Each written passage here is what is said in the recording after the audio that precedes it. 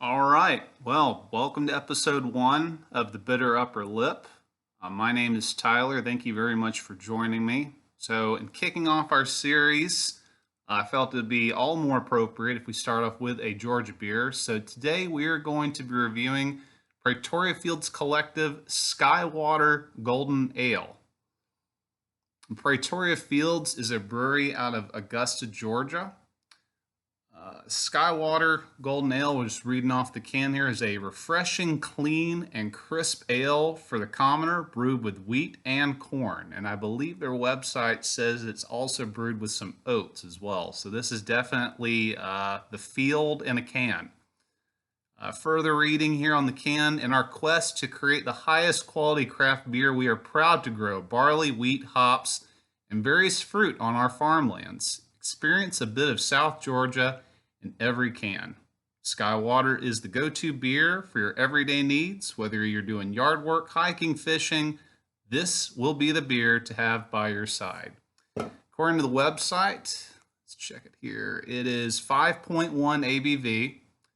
It has an SRM score of 8.4, and its IBUs are listed at 15. And just like the can said, it's literally a brewery that uses a farmers collective to harvest a lot of the grain and adjuncts they put into their beer. I think they also make a berry goza where they put blueberries, blackberries, strawberries. And if you live in Georgia, you know that we do berries very, very succulently and deliciously. Pretty new brewery too. It's only been around since 2016, but I absolutely love their can art. It's very clean. It kind of reminds me of a bit of an old school, like apothecary you'd see. And I appreciate that. I mean, it's nice to have some fun can art, but sometimes I can definitely respect a craft beer. And it's like, no, our beer is what's going to be in the can. We don't need to use flashy art to sell. So this just came out of the fridge, so still pretty cold. Let's go ahead and give it a pour here.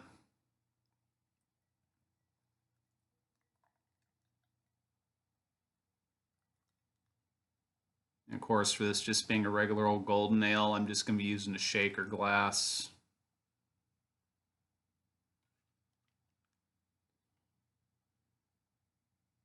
All right. So there's your color. Looks pretty much like apple juice. So if you're a kid celebrating like New Year's Eve and your parents were sipping down like champagne and everything, they gave you that sparkling apple juice. That's what that reminds me of. A lot of nucleation coming off the bottom. It's pretty carbonated. Looks very fresh. Good see on the can. Bubbles are a little soapy. They're tight though.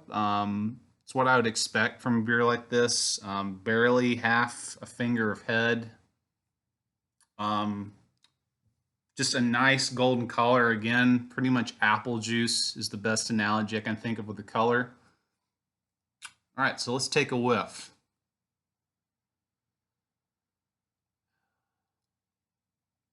So I get hops immediately off the smell, which is nice. Very flowery smelling hops. There's a bit of a citrus on the back end, but it smells much more flowery. I'd even say maybe a little,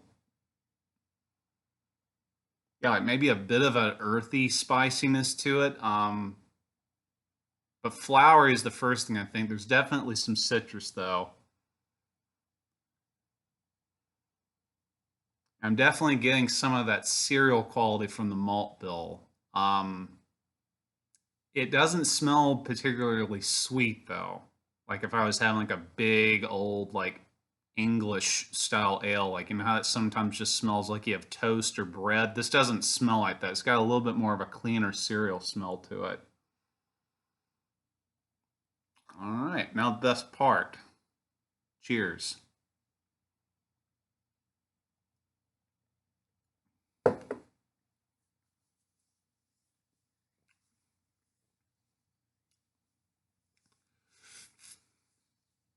So front of the tongue, you definitely get a bit more of that flowery hopness, and you definitely taste a bit more of the cereal. I don't want to say I directly taste like the corn, but I'm definitely tasting something that's sweeter that doesn't taste just like straight barley. So that might be some of the wheat and the corn playing into it.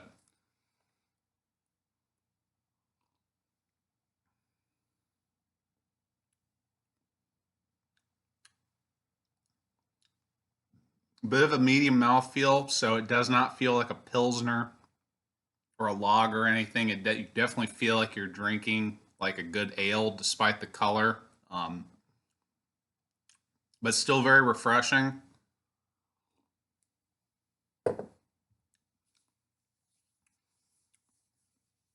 Bit of a lingering finish, despite the carbonation, which I like for an ale like this. I kind of like to feel a back end flavor that matches the mouthfeel a bit. Like that, what I just had in my mouth had some weight to it. Yeah, it's very nice. Excellent.